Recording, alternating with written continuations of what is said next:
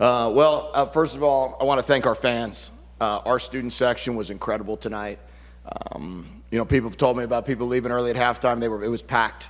It was packed when we came back in the third quarter. It was packed really all the way through. We made a couple huge stops on third and fourth down because of the student section. They were awesome tonight. I thought our fans in general were great.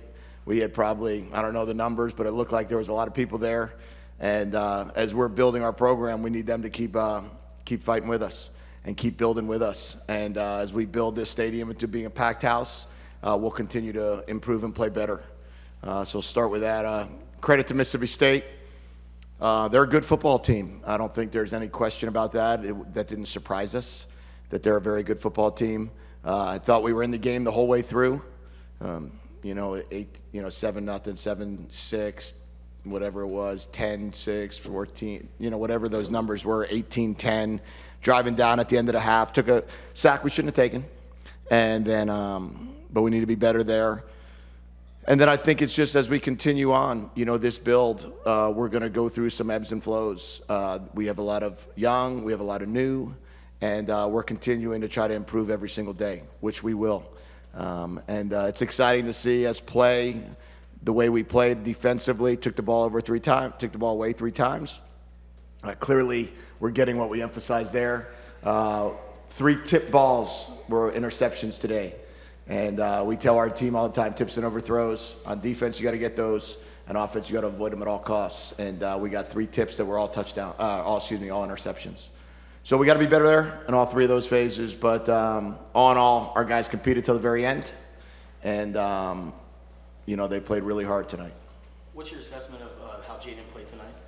I think he probably had some ups and downs. There was some good plays that he made, drove us down a bunch of times, but there was just too many critical errors that we need to improve upon, and I could help him out better. There were some plays where it looked like he could have maybe stepped up and ran. Is that something that you addressed to him after the game? Yeah, that's something we talked about, and I think we'll get better there. And I need to do a better job at practice, making sure that he recognizes that those running opportunities, when they do present themselves, to take advantage of them in a game versus sometimes in practice you want to try to get the receiver work and the DB work and whatnot. So that's on me. I think that he'll continue to improve, and Jaden's a special player, and he will continue to lead us. Aside from Wiley's run on the opening drive, you guys really struggled to run the ball in general. How hard did that make things? Very hard. It was very hard to run the football tonight. I would certainly say what was very frustrating was that we wound up, snapping the ball over our head, and now it's a 2nd and 19, or we never got into the good down and distances that would allow us to continue to run the football. And then we wound up having those 2-minute drives, and I'm sure I'm going to look at the stats and see that, we probably ran the ball 20 times or 25 times, but we need to be able to run the ball better, and I think when we can have balance, we're a better football team. How do you think you fared against their passing attack? I thought we did defensively, I thought we did a really, really good job all the way around. I mean, they're going to always get yards. I don't know how many they got. I saw that we ran, I think, 76 plays. They ran 74 plays. Traditionally, they are about 15 plays higher than their opponent.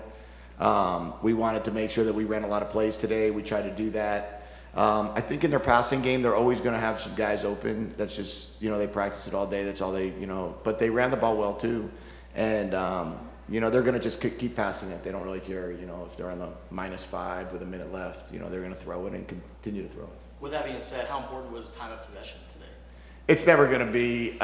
Against them, they run the clock down to like a second, 2 seconds every single time.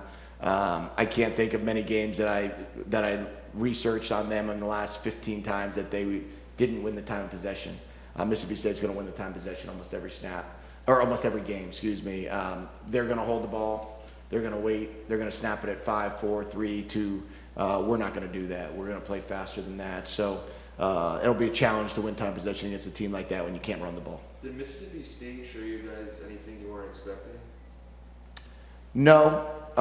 They're a very good defense, and they play with they keep everything in front of them, and I thought they did a really good job. And I think that every day we're going to continue to find a way to improve, and be able to build this program that you can handle all the different looks and all the different defenses, and be able to go out and execute and recognize that we're just going to get bigger, we're just going to get stronger, we're just going to get faster all season long and all off season as we continue to match up against teams like that. You talk about the ups and downs of building a program. Is this kind of a case where a young team, a talented team, just goes through some growing pains? I think as we're building this, there's going to be a lot of growing pains. I think that if we trust the process and our kids understand they're going to go out there tomorrow and they're going to have a hard practice and they're going to embrace that grind and they're going to continue to build off of it, because what we're going to see here over the next 3 years is we're going to see T-Mac make most of those plays. We're going to see Jonah continue to break tackles. We're going to see all the, the young guys, be able to handle some things. And I'm looking forward to that. I think every single day you see our football team improve, and as long as we can keep doing that, we'll be okay. Why do you think the offense was so out of sync? Down in distance. I would say down in distance got us. We were never, when we were ahead of the chains, we were okay, but we would get, we'd have a good drive or a good 4 or 5 plays, even backed up, and then we get, a negative, or, we would try to run the ball on a second down and we'd, lose a couple, or we throw an incompletion on 2nd and 10 and now it's 3rd and 10, or we had just some sacks that we took 2 sacks in 2 different drives. Those things can hurt you. We took a delay game, which was very frustrating. We've had 2 of those in 2 weeks. So we just probably didn't stay ahead of the chains as much as we should have. What are your thoughts on Wiley and how he performed tonight? My thoughts on Michael Wiley at all times are very strong, because I think he's just a fantastic person and a fantastic kid. He was our Wildcat of the Week last week, and he does everything right. He started the game extremely well. I mean, we had a chance to hit that screen on the left sideline that went for about 40, and they called it back when they said Jaden's knee was down, or Mike would have had another 40 yards tacked on, and we would have been driving right back down in the red zone the second drive of the game. Mike's going to do great things all the time, and he's continuing to improve. Can you describe that play that Jackson Turner made? The strip, and then it was everything that we asked him to do. We asked him to lawnmower the football, which is just get your hand in there and rip it out like you're starting a lawnmower. He did that. He did it tremendously. The ball was loose on the ground. He scooped it up and ran it all the way back to, I believe, the 2-yard line or something like that, and we scored the second play.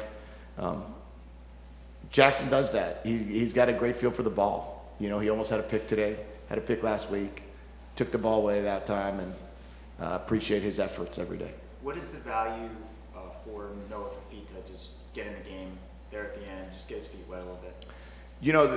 You're always one play away at quarterback. So, if you can go in there and, that was a lot for him, right? You're going in there, you're going against a very good football team, you're down 2 scores, 3 scores at the time, and have to drive the field, and he drives us all the way down and made a great play. Great play on the corner. That's the first throw.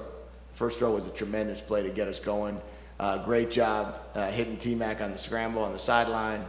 And really, he checked that ball to T-Mac on 4th down. And for a freshman to have the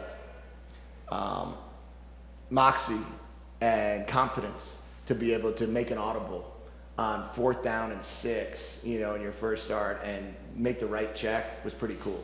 So that's a great opportunity for Noah, as we say all the time, right? I mean, our culture is strong because of the young guys that came in and because of the older guys that stayed.